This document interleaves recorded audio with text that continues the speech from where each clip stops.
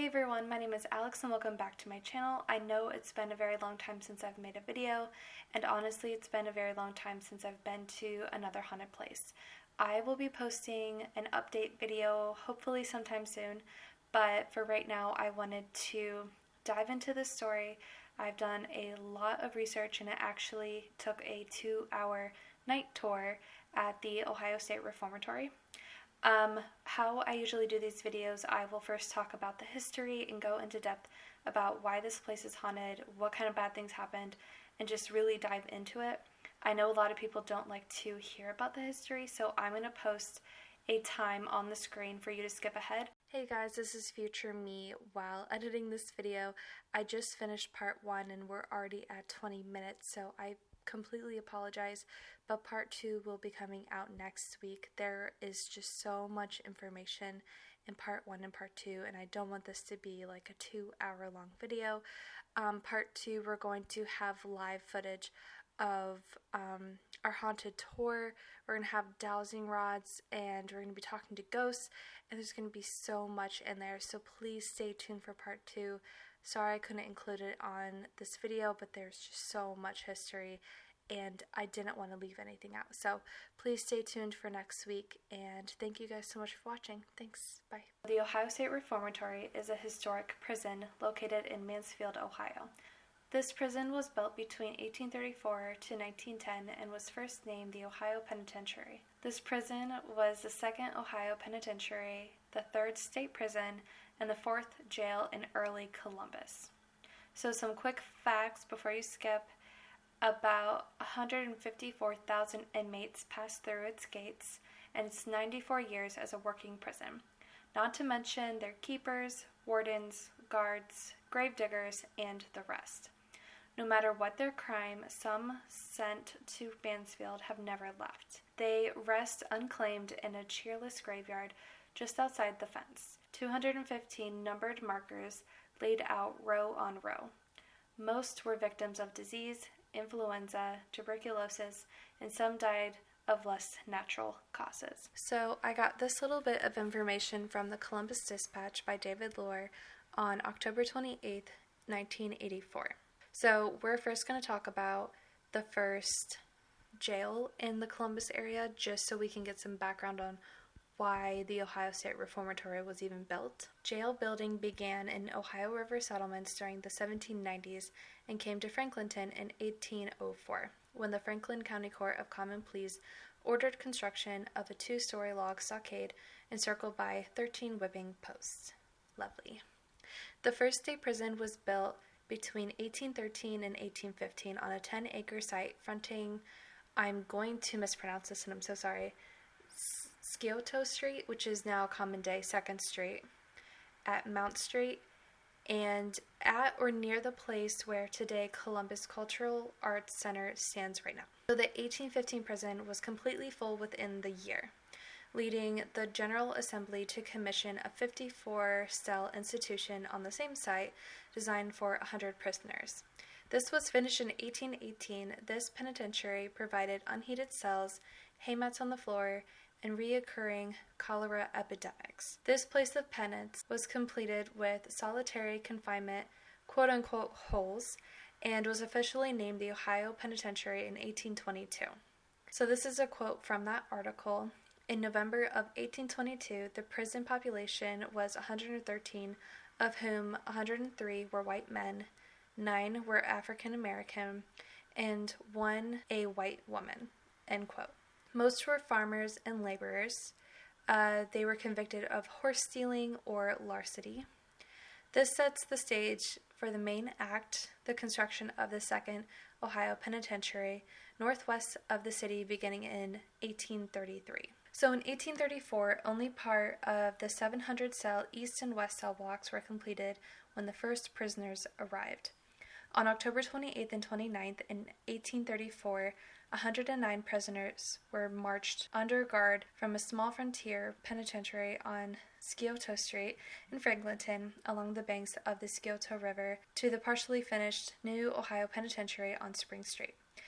These pioneer convicts, a ragged chain of horse thieves, brawlers, and robbers, started a felons parade, the likes of which Ohio will never see again. A few of the people that were in this little parade were Valentine Wagner, General John H. Morgan, William Stanley Porter, Mary Garrett, Big Liz Carter, Harry Pierpont, Charles Bugs Morin, Yanni Licavoli, and Sam Shepard. Penitentiaries were for penance in those days, and according to an official prison history, prisoners before the Civil War were labored in silence during the days and were locked in the solitary confinement at night.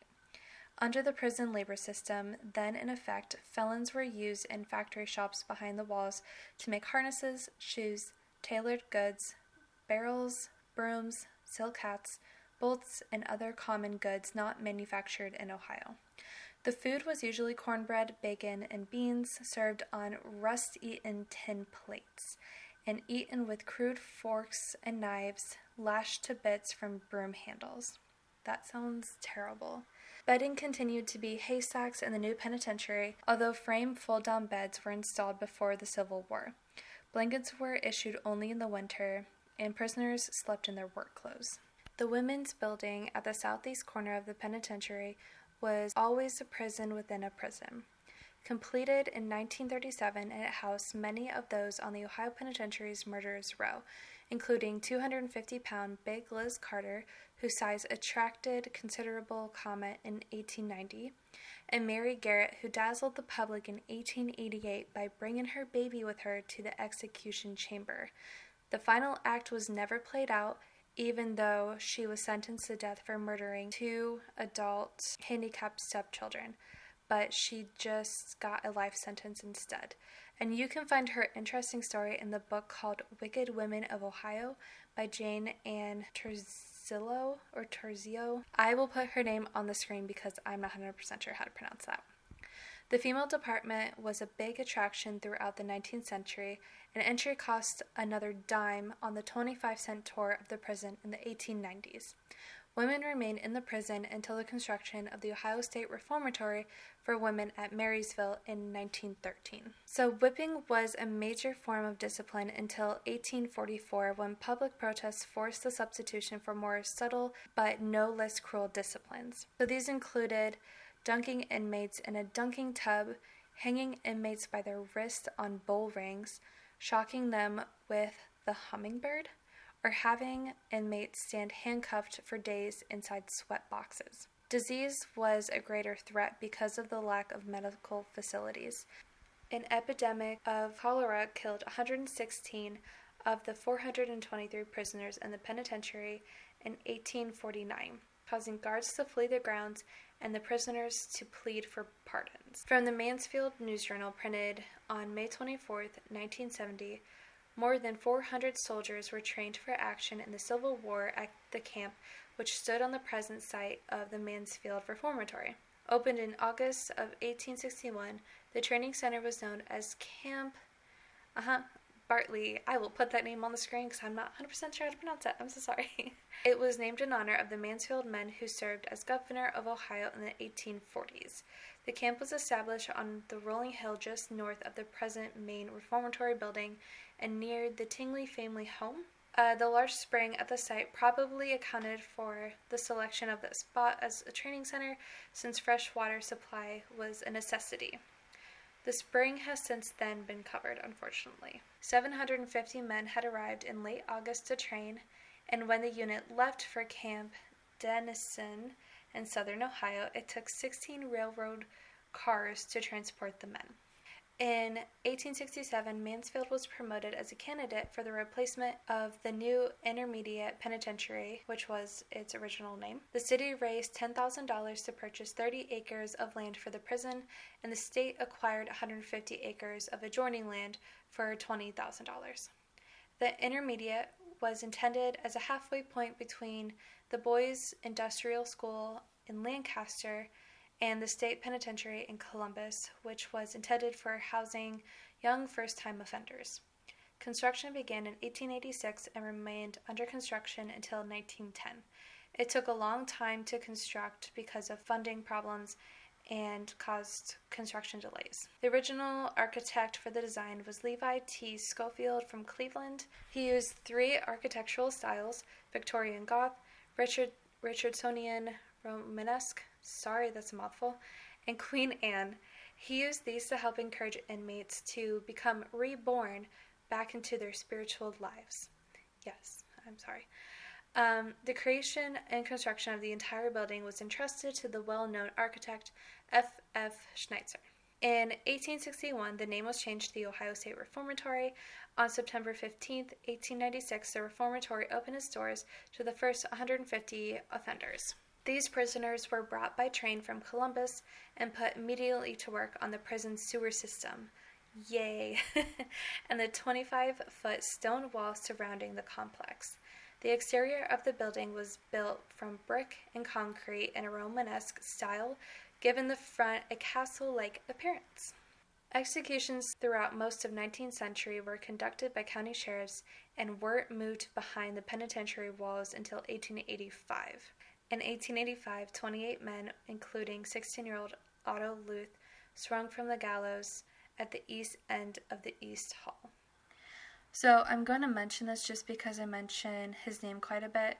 The era of Warden E.G. Coffin is in between 1886 through 1900, so just in case you're wondering who this man is. Columbus newspapers reported on Christmas Day, 1888, Coffin's decision to do away with punishments such as the ducking tub and the bull rings. Coffin has been quoted in that paper saying, "A hard box to sleep on and bread and water to eat will cause them to behave themselves.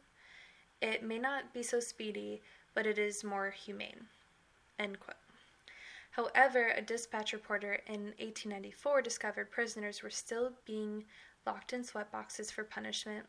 The ball and chain and hummingbird were still in use, and inmates complained about bad food and about political graft that resulted in poor inmates being blindfolded and tortured with water hoses, while well-connected inmates on Bankers Row were given large, airy cells and special privileges. In 1897, the electric chair replaced the gallows. In those days, the electric chair was viewed as a humane instrument. Death came in second, said advocates, as compared to a 5 to 28-minute death struggle at the end of a rope. I'm so sorry you had to hear that. That's something you don't want to think about. 315 men and women died in the electric chair. Ohio has seen no executions from the electric chair since Donald Reinbold, who died in the Ohio Penitentiary in 1963. Just a little fun fact, Ohio became the second state to use the electric chair. Along with 115 executions, there were also 28 hangings within this penitentiary, and death row still exists in Ohio. So, jumping to April 21st, 1930, on Easter Monday, there was the Easter Monday fire. A fire broke out from a candle flame and oily rags on the roof of the so-called Big or West Block on the west flank of the prison. Authorities later said that 3 prisoners had set the blaze to burst at 4:30 p.m. as a diversionary incident when prisoners were still in the dining hall. It smoldered too long, and it ended up erupting at 5:30 p.m., just after iron gates had caged hundreds of prisoners into the 6-story cell block. Most of the 322 inmates who died that night perished from poisonous smoke given off from the green lumber being used in construction scaffolding, but pictures of the debris attest to the incredible heat of the fire, which turned a tower of catwalks and bars and locks into a tangle of scorched and twisted metal. The Easter Monday fire put into searing perspective the problem of packing 4,500 men into a century-old prison. The fire led to a repeal of judicial control over minimum sentences, which is known as the Norwood Law, which had contributed to overcrowding. A package of new laws in 1931 established the Ohio Parole Board and established parole procedures, which by 1932 had released 2,346 prisoners from the Ohio Penitentiary alone. The fire was blamed on 3 inmates, 2 of whom committed suicide in the months following the fire. Others felt the fire was accidental, and the prison officials accused the trio just to cover up their own incompetence in the affair. And this is sort of a fun, twisted fact. The West Cell Block was added to the original structure in 1875 and had been built on ground previously used as a prison cemetery. I don't know if they moved the bodies. The penitentiary in the 1930s was much more than an old boy convict club. By 1930, the growth of the rackets and general disrespect for law and order, which gained momentum in the 1920s, resulted in an upsurge of criminal commitments that filled all available prisons to overflowing. One-man cells on Spring Street were converted to handle 3 or more inmates, and the average daily count topped 4,100 by the end of the decade. So this is kind of like an interesting fact, which I don't know if anyone would ever imagine, but holiday boxing and wrestling matches were introduced as early as 1940, and a bandstand was erected on the O. Henry Athletic Field, home of the Hurricanes inmates baseball team. This is a quote from a guy named Kolaski. Some inmates, you could beat the crap out of them and they still wouldn't conform to the rules. But you make them an umpire in a baseball game and they wouldn't bend a single rule in the rule book, no matter what. I could never figure that out, end quote, which is so interesting. For decades, the Ohio Penitentiary drew artists and celebrities that Columbus couldn't match. Fighters Joe Louis, Billy Conn, Gene Fulmer, and Jack Dempsey, and entertainers such as Leon Hampton. Ohio State University students performed light opera behind the walls, and even Coach Woody Hayes once offered to suit up an inmate football team, but that never happened. In April of 1955, it housed an all-time high of 5,235 prisoners. Most of the prisoners were removed by 1972 with the completion of the Southern Ohio Correctional Facility.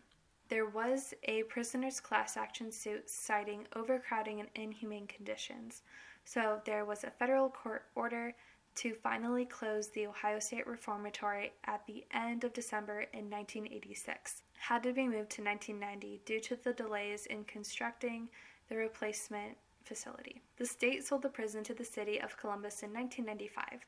When the prison was sold to the city, there was no telling what would happen to the structure. They had thought of demolishing the prison, but the preservationist community started a campaign to save at least 5 of the historic buildings on Spring Street.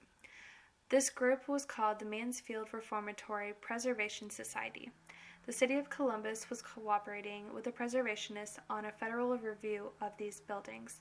However, crews were scheduled to begin tearing down the remaining 15 of the buildings in March of 1997. Demolition was estimated to take about 3 to 4 months. In addition to the above-ground demo, the city would also have to hire a contractor to remove or minimize underground contamination remaining from decades of industrial activity and coal burning at the site. The 23-acre site was the proposed location of a soccer stadium to hold up to 35,000 seats. Luckily, on May 6, 1997, voters rejected the 3-year sales tax increase, which would have helped finance this project. The Mansfield Reformatory Preservation Society turned the prison into a museum and conduct tours to help fund ground rehabilitation projects, and currently working to stabilize the buildings against further deterioration. The East Cell Block remains to be the largest freestanding steel cell block in the world at 6 tiers high. Today, the Mansfield Reformatory Preservation Society is currently working to restore the facility to its original state. Restorations to date include the removal of debris, replacement of roofing, complete restoration of the warden's quarters, as well as the complete restoration of the central guard room between the east and west cell blocks. The restorations are being funded through donations and tour fees. The windows of the south side of the east cell block have been replaced, and all of the original stained glass windows that were in the building are planned to be replaced. So throughout the Halloween season, the building hosts a huge haunted house throughout the Blood Prison. I have never been to that, but I really want to see what that looks like one day. The Ohio State Reformatory offers 3 types of guided tours.